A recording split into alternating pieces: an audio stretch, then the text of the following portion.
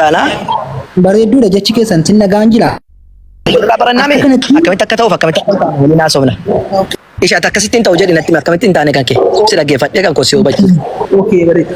Akkanadha barsiisonni jarri kan maal jedhu quraana dura namni sin dhalanne addunyaan kun iyyuu hin uumamne quraana kan dura uumamedha. Akka kanatti kanan barataa ture.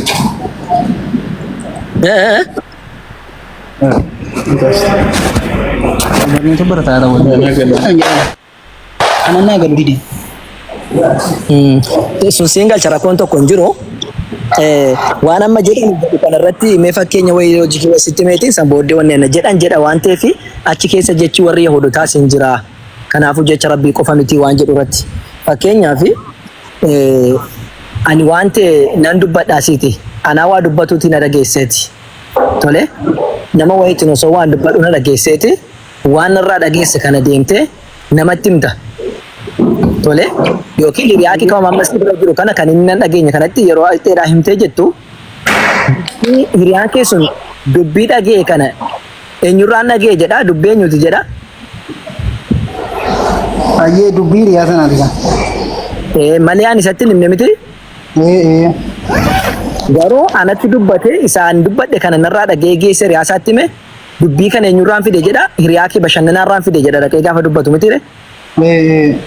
Garuu bashannanaan kun yookiin nama dhugaa ta'uu danda'a yookiin soba ta'uu danda'a itti dabaluu danda'a itti hir'isuu danda'a miti. Bashannanaan nama gaarii taanaan nama qulqulluu taanaan dubbiin dubbadhu ittiin dabalu akka hiriyaasatti akkuma sanatti hima. Yookiin dhibaatee itti dabala.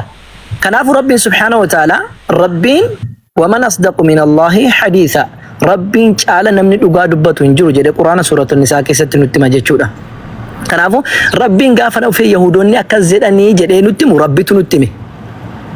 Waan Yahudoonni jedhan Rabbitu nutti hime gaafa nutti himu sana Rabbitu nutti hime dubbii Rabbiitidha kan nutti himaa jiru dubbii Rabbiiti jenna. Malee jecha kana maa Rabbiitu akkas jechaa jira jennaan immaa jecha kana Rabbi akkamitti jedhama. Ofii Musliima ta'anuun jecha ofii immoo garuu kiristaanaaf Yahudoota akkamitti jedha Rabbiin hin jedhu. Garuu waan kiristaanonni jedhan dhufee gaafa nutti himu Rabbiin subhaanahu wa ta'ala dubbiin nutti himame kana Rabbitu nutti hime Allahtu nutti hime jenna.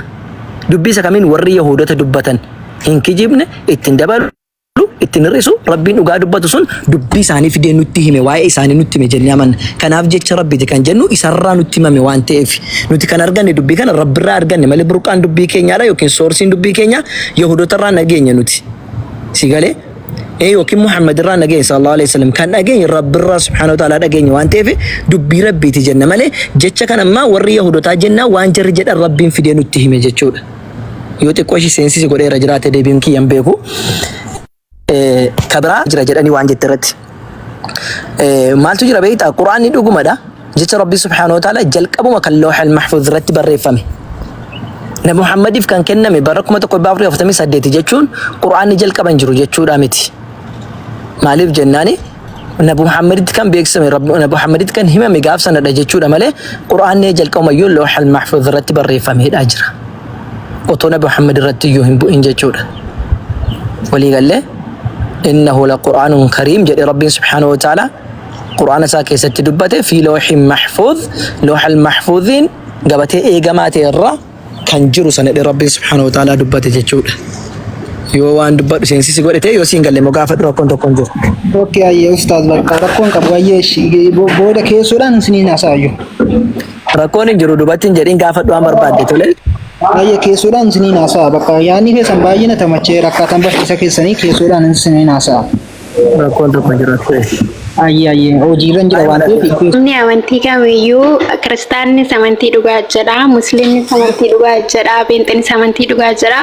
Baay'ee namni amantii hunduyyuu amantii keenyatu dhugaadha jedha.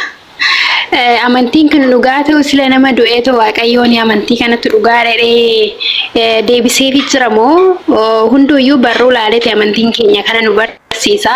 Kiristaannis bakka kanatti kana nu barsiisa amantiin keenya dhugaadha jedha. Musliimnis akkasuma. Akkamitti mee amantumti lafa kanarra jiru dhugaa ta'uu isaa hubannaa. Yoo isin hin jenne isin Quraanni keenya haayaa kanatti amantii kanatti dhugaadha jedhee nu barsiisa. Kanaafi jettan. Akkamitti maalinni akkamitti beekuu dandeenya? Ayyo galatoome. Du'aan dursatti namni tokko gaafa waa hubatu waa'ee waaqa tokkichaas ta'e waa'ee waaqayyoo kan inni hubatu karaa ergamootaa qofaani.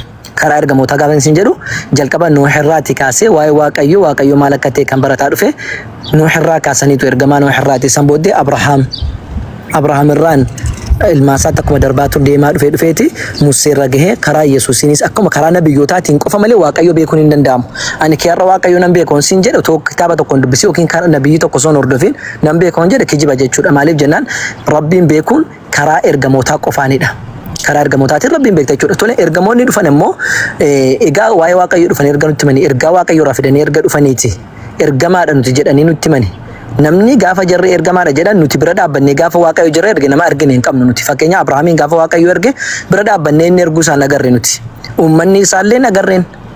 Looxiin illee gaafa inni ergamu bira dhaabatanii namni hin agarre. Musee illee namni bira dhaabbatee hin argine gaafa isa erganii. Eenyu akkamitti bararree jennaan jarumatu waaqayyoon nu erge jedhanii uummata isaaniitti dhufani. Tole erga waaqayyoon nu erge jedhaniiti waaqayyoo isaan erguu isaanii irraa fudhatanii dubbiin jarri dubbatanis dhugaadha jedhanii fudhachuun dirqama jechuudha. So erga akkas ta'eeti ergamaadha jennee jara fudhannee irra taanaan nabiyyoota keessaa eenyutu kiristaan amantaadha yookiin Yahudaan kiristaa amantaadha. Amantaa waaqayyo jaallatu Yahudaa jedhee kabarsiise eenyudha jennee jalqabaa kaafnee yoo laallee jenne Addaamirraa iyyuu kaase kan akkas jedhee takkaa yookaan kiristaanummaanu amantaadha jedhee kabarsiise tokko hin jiru. Sigalee kiristaanummaan amantaa dhedhee ergamoonni barsiisan tokko hin jiru jechuudha. Hatta Gabreeliin gaafa Zakkaariyaasitti dhufu gaafa Maariyaamittis dhufu gaafa Yesuusittis gaafa Museettis dhufu Gabreelii waan kana barsiisaadha hin turre jechuudha. Taadaa erga kiristaanummaan amantaadha jedhaniidha jarri hin barsiisneeti maalirree amantiin isaanii jennee gaafa dubbannu amantiin isaanii maal akka ta'e kan nutti hime islaamummaa qofadha. Qur'aana qofatu nutti hime jechuudha. Amantiin isaanii kanadha. Amantiin Rabbi jaallatu kanaan nuun jedhe. Jalqaba irratti boqonnaa 5 lakkoofsa 3 irratti nuun Qur'aana keessatti akkuma siin jedhe karaa ergamootaatti waa hubanna waan ta'eef amantiin keessan har'a isiniif guutamtee jirti. Amantii keessan islaamummaa natu isiniif jaallatedha Rabbiin Qur'aana keessatti nu dubbate. Amantii keessan isiniif jaalladhe amantiin keessan isiniif guutame eegganuun jedhe Rabbiin subhaanahu wa ta'ala isa bukkeetti amantiin kunoo filatamaa moo filatamaa miti jennaan filatamaadha nuun jedhe boqonnaa 3 lakkoofsa 19 irratti Rabbi biratti amantiin filatamaa amantiin dhugaa islaamummaadhaan nuun jedhe. Tole yaa Rabbi atoo islaamatu amantii filatamaadha jette addunyaa kanarraa amantii garaagaraa jira buudaanizimii hinduuzimii jira waaqeffataa jira kiristaana jira yahudaa jira warri kun amantaan isaanii yoo warri amantaan kun sirriidha jedhan akka mireeyyuu jarroo akkam ta'u jennaan Rabbiin boqonnaa 3 lakkoofsa 85 irratti maal jedhe namni islaamummaan malee amantii biraa amantii dhedhee qabate inni irraa fudhataman qabu jedhe jala muree nutti hime. Tole jarri kunoo karaa keenya malee jannatan galtan nuun jechaa jiru akkamittiin jannata gallaa jarri kun jannatan galaniire jennaan dhugaadha jedhe Rabbi maali jennaan jarri suni warri Yahudotaa kiristaana malee Yahudaa malee kiristaanaan galu jedhu warri kiristaanotaa lakki nuti kiristaanota malee namni jannata galu hin jiru tilka amaaniyyuhum kun immoo hawwii isaaniiti malee sirriidhaa miteedha Rabbiin. Hawwiiruma isaanii jannata nutu gala warri Yahudotaatu nuti kiristaanotatu jannata gala jedha malee lakki sirriidhaa miti. Tilka amaaniyyuhum kun hawwii isaaniiti. Eenyuudha kan islaamummaatti galannaan nama Rabbiin hordofee Muhammadii hordofee karaa islaamummaa irra deemetu jannata galaa jechuu Rabbiin subhaanahu wa ta'ala nutti hime. Kanaafuu nabiyyoonni gaafa dhufaniidha waan nutti himani hunduu waan barreeffamee macaafa isaa keessa jiru irraati dirqama kan kennu qabu bakka biraati wanni finnu tokko hin jiru. Nabiyyiin immoo dhufee amantiin islaamaa ala amantiin biraa hin jiru. Takka immoo amantii islaamaa malee hundi isaayyuu amantii dhugaadha dhee barsiise tokko hin jiru. Kanaafuu wanti nuti qabachuu qabnu amantiin dhugaa islaamummaadha dhee nama nu barsiise sana qabannee jala deemna malee amantii otoo kun amantiidha nuun jedhe amma kiristaana hordofna nuun jenne ergamoonni kana dura dhufan kiristaanummaa hin barsiisne Yesuusis hin barsiisne Maariyaamis akkasiin